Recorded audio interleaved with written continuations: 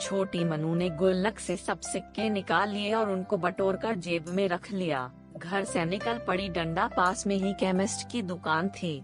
उसके जीने वह धीरे धीरे चढ़ गई। वो काउंटर के सामने जाकर खड़ी हो गई और बोलने लगी, पर छोटी सी मनु पर किसी का भी ध्यान नहीं गया और न ही उसकी आवाज किसी को भी सुनाई दे रही थी। सब अपने अपने कामों में व्यस्त थे।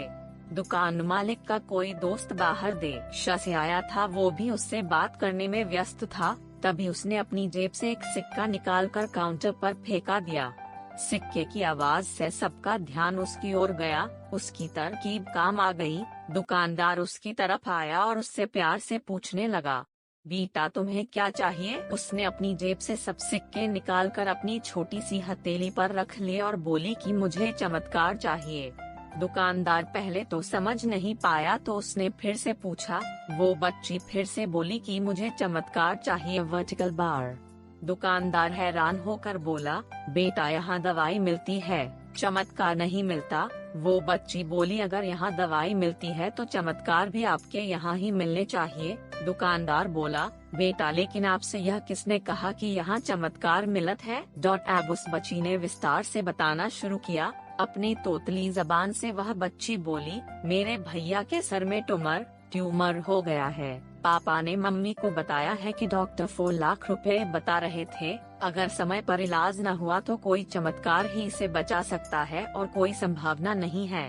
वो रोते हुए माँ से कह रहे थे, अपने पास कुछ बेचने को भी नहीं है, न कोई जमीन जायदाद है, न ही गहने। सब इलाज में पहले ही खर्च हो गए हैं। दवा के पैसा बड़ी मुश्किल से जुटा पा रहा हूँ, वर्टिकल बार।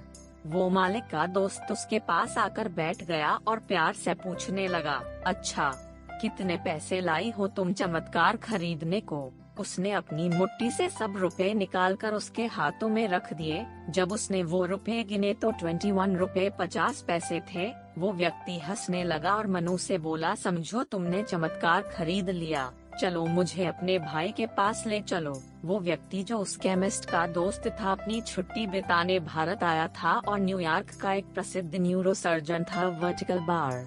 उसने उस बच्चे का इलाज 21 रुपए 50 पैसे में किया और वो बच्चा सही भी हो गया। आखिर प्रभु ने मनु को चमत्कार बेच ही दिया। वो बच्ची बड़ी श्रद्धा से उसको खरीदने चली थी, वो उसको मिल गया। प्रभु सबके पालनहार है, उनकी मदद ऐसे ही चमत्कार के रूप में मिलती रहती है। बस आवश्यकता है तो सिर्फ सच्ची श्रद्धा की, क्योंकि परमात्मा संसार के कण कण में है।